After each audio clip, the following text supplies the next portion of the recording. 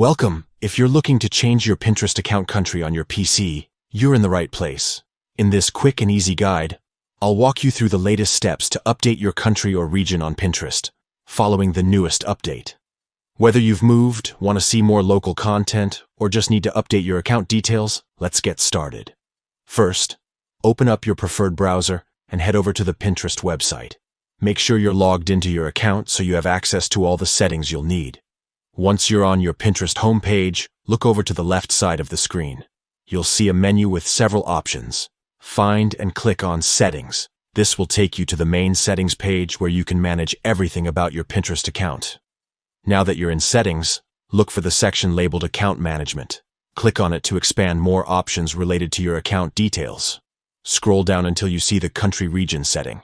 Here, you'll find the current country or region that's set for your account. To change it, simply click on the country name. A list of available countries and regions will appear. Browse through the list and select the country or region you want to switch to.